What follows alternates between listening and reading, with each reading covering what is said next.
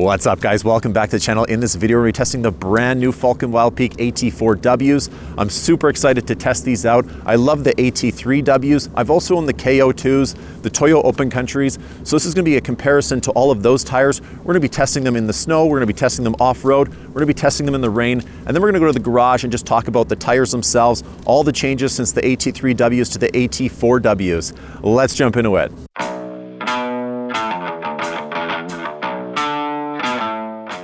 All right, so we're going to start off with some acceleration, some hard acceleration. Traction control is off. I will mention that this vehicle does have full-time four-wheel drive, so that's not something I can really turn off.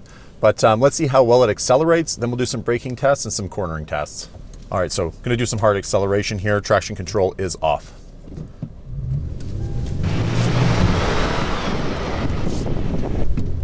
All right, so that was pretty good.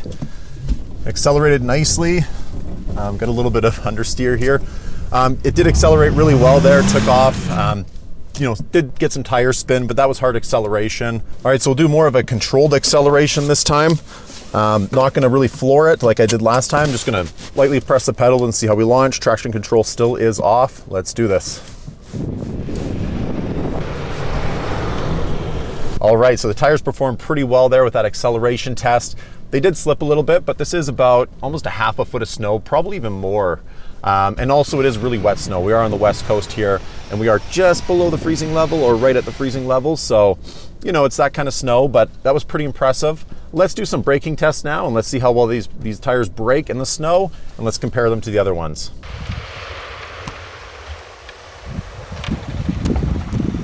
All right, so that wasn't too bad. We did get some tire slippage there as we were braking. Traction control did kick in, but it did come to a stop quite well. Let's do some more intense braking, longer distance, more speed, and see how they perform.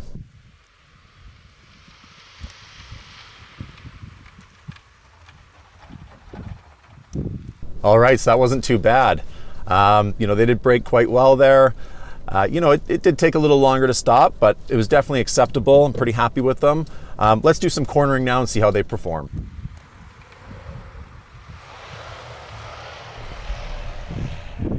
All right, so definitely happy with that cornering test. Did get some understeer and some oversteer when pressing the pedal. Let's try it more controlled now, less pedal, and let's see how well they grip.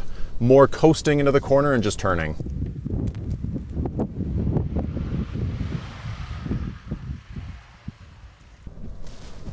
All right, so I'm super happy with how it cornered there. I was definitely in control the whole time. We weren't sliding out or anything like that. There wasn't really any understeer or oversteer, so super happy with cornering. Let's take them now and let's do some hills and some stops and see how they do on the hills. All right, so traction control is off and this is a fairly steep hill. Here I am hitting the gas and right away I launch. There's no hesitation really. We start to gain speed and acceleration right away. Now we're moving up the hill fairly fast. Here we are coming down the hill. I noticed when I hit the brakes, right away I could feel the deceleration. There is a bit of hesitation there as we come to a full stop. All right, so I'm really impressed with the AT4Ws. These are pretty brutal conditions, but they perform really well. I'd say they're on par with the Falken Wildpeak AT3Ws. I don't really see a huge improvement in the snow with these. They are about on par with the KO2s as well. I really like the BF Goodrich KO2s when they had lots of tread in the snow. Unfortunately, the Toyo Open Countries just didn't perform well for me in the snow. I found the tread compound to be maybe a little too hard for cooler environments like gripping in snow. So those just didn't perform well for me. They are a great tire though. They have a long tread life, probably due to the harder compound. But yeah, really impressed with these tires. For an all-terrain tire, they do pretty good in the snow. I mean, if you want a really good snow tire, just get a dedicated snow tire. But if you're gonna run an all-terrain tire all year long, I would say that these are probably the best or, on par with the KO2s. Let's jump into the off-road test now and see how well these perform in mud, dirt, rocks. We'll do some inclines, see how well they grip. And yeah, let's test these tires further. Let's do it.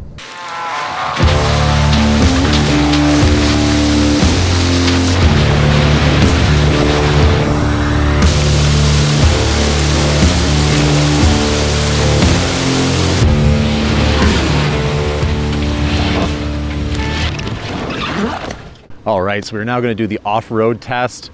It is absolutely hammering down rain right now. It is pretty muddy, but these are great conditions to test these new Falken Wildpeak AT4Ws. What I'm going to do is climb the steep hill right behind me here. It has a lot of loose dirt on it. It's on a pretty steep incline.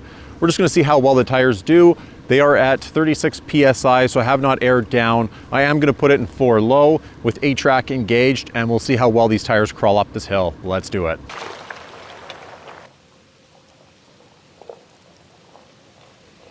All right, so even when other wheels lost traction here, the wheels that did have traction felt very planted in the dirt and definitely pulled me up the hill nicely.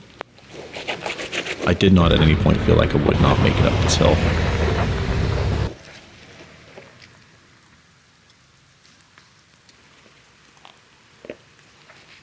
Alright, so coming down the hill, due to the uneven terrain, the front driver's side and rear passenger side tire didn't have much weight on them and were not able to provide much braking power, but the other 2 tires did and were able to stop the vehicle and keep it under control. So that's very impressive. Alright, so I'm really impressed with how it performed on that hilly section there. That was a lot of loose mud and dirt. At one point, I think it was on my left driver's side, the wheel came off the ground. I think I felt that, but I felt the 8-track kicking in, reducing power to that wheel and sending it to the other 3 wheels, and that was on the steepest section, so there's really only 3-wheel traction there, and it pulled me up that hill nicely. Coming down, same thing, a lot of control. I was able to actually stop on that vertical hill, come to a full stop, and then kind of continue to go, so really impressed with how it performed there on the hill. We're gonna take it now to some kind of mud and loose roots, or wet roots, and we're gonna see how it pulls through that section. Yeah, continue to test these tires out. All right, so we found this great section here to test the tires. This is gonna be a mixture of everything. We have a big puddle here with a lot of soft mud. As you can see, the tire's already sinking into it. So is my foot. We have some very slippery roots. It's pretty typical on the West Coast here. We'll keep coming up, more mud, more puddles. Come through here and come out there. It's gonna be a pretty tight angle. We're gonna have to hug this tree pretty tight. We might actually run one of our wheels up onto the tree trunk there. All right, so it is a little tricky to see here, but there are a lot of roots and an incline here, so I'm basically driving up slippery roots on an incline, and at no point do the tires lose grip at this section.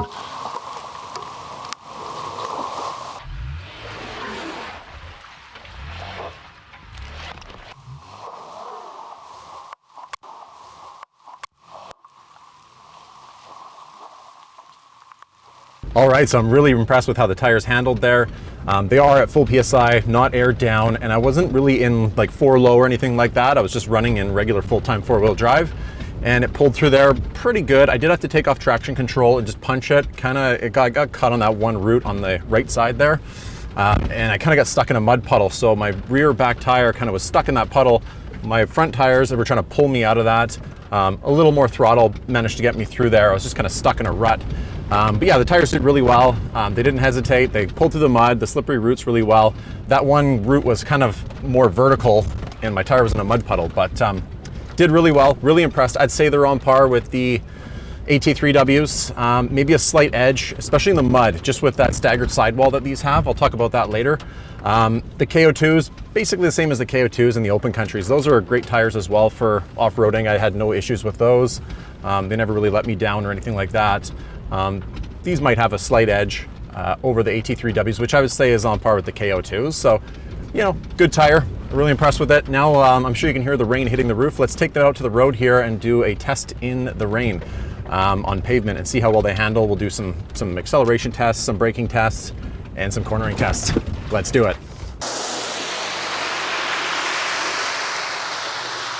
All right, so we are going to do some braking tests now, some acceleration tests, and some cornering tests to see how good these Falken Wildpeak AT4Ws handle in the rain. It is absolutely pouring outside, so this is a great test environment for these tires. Let's do it.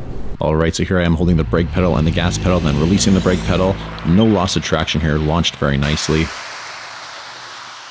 All right, and here I am going from about 35 to 40 miles per hour to 0, just hitting the brake as hard as I can and stopping. It stops absolutely great, no loss of traction. All right, here we are flying into a corner at 45 miles per hour. Corners very nicely with no understeer or oversteer.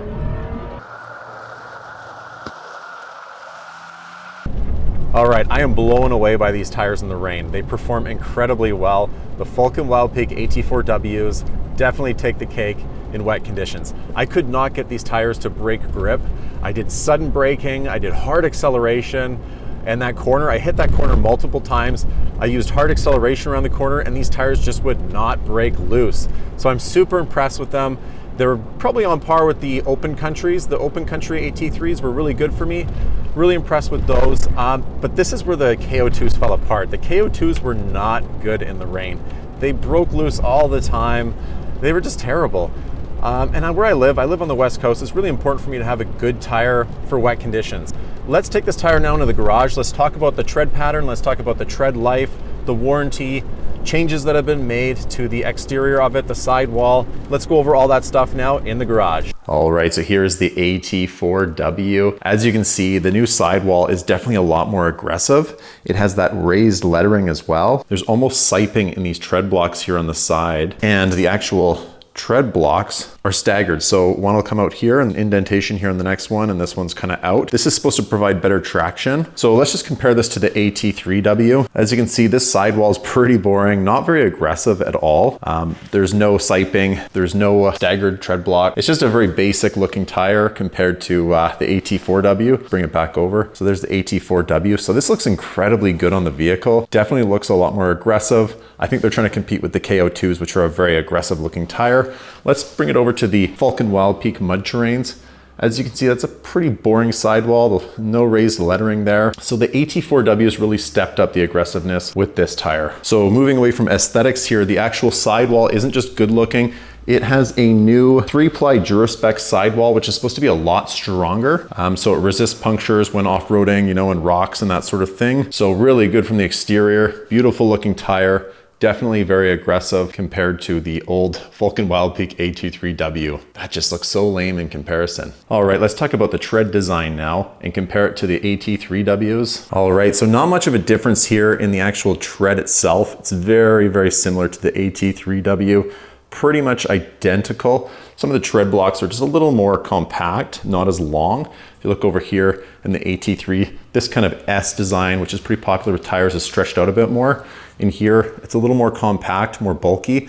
I think that's supposed to be better for heavier duty towing. As you can see, it has lots of siping. This is what helps us in that wet environment so much. This is why I think these grip so well in wet environments. The AT3W has pretty much the exact same siping. The siping also helps, you know, in the snow. Snow goes into these little areas, gets caught. Snow grips on snow, so it's supposed to help with snow traction. Pretty much the same design though. So the AT4W is also supposed to have an all new rubber compound for better on-road comfort and longer tread life. These actually have a tread warranty of 65,000 miles, which is really good. The Toyo Open Country AT3s also have a tread life of 65,000 miles.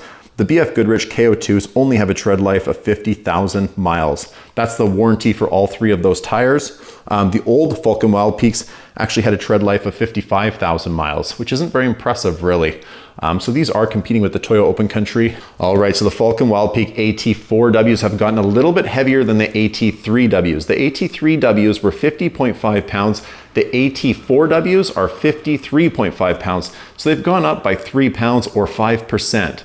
Now, a lot of people are not happy about this. To be honest, I haven't noticed the weight increase. The AT3Ws were about the same weight as the KO2s. So, you know, they were both a pretty heavy tire, the KO2s and the AT3Ws. But the AT4Ws have a much longer tread life, better sidewall. You know, they're a little bit wider. They're just a better tire. So a little bit of extra weight isn't really bothering me. If you really want a lighter tire with a really good tread warranty, I would go with the Toyo Open Country AT3Ws because the Toyo AT3Ws have a 65,000 mile warranty and their weight is only 46 pounds. So that's pretty impressive. But the Toyo Open Country AT3Ws didn't perform well in the snow for me, and that's a big factor. I like to get up to the ski hill. I want a tire that's going to be good all around, long tread life. The AT4Ws seem to tick off all the boxes except for the weight. That's the only drawback. They're 3 pounds heavier than the KO2s. They're 3 pounds heavier than the AT3Ws. But 3 pounds isn't a huge difference. It's only a 5% increase, so it really doesn't bother me. All right, so the Falken Wildpeak AT4Ws, to sum things up, are a really nice tire. I really do like them more than the AT3Ws.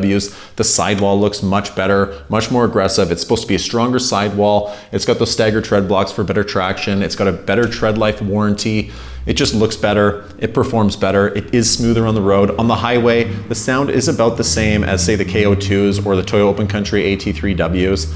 I would say there might be a little bit louder than the AT3Ws on the highway, just a little bit of a slighter, higher pitched hum, but not noticeable. They're really manageable that way. I'm really impressed with the longer tread life and that sort of thing. The weight thing, unfortunately, they are 3 pounds heavier.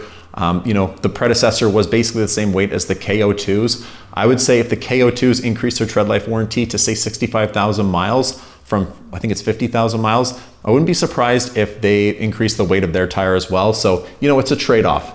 I really do like this tire. I would recommend it. If you really want a lighter weight tire, go with the Toyo Open Countries. They're 46 pounds each, and they have a tread life of 65,000 pounds. Unfortunately though, that tire did not perform well for me in the snow, so I really need a good tire for the snow, and these tick off all the boxes. So I really like this tire. I hope you guys found the video useful. If you did, please like and subscribe. Hope to come out a lot more videos, and I always appreciate your guys' support. Hope to see you guys in the next video. Bye now.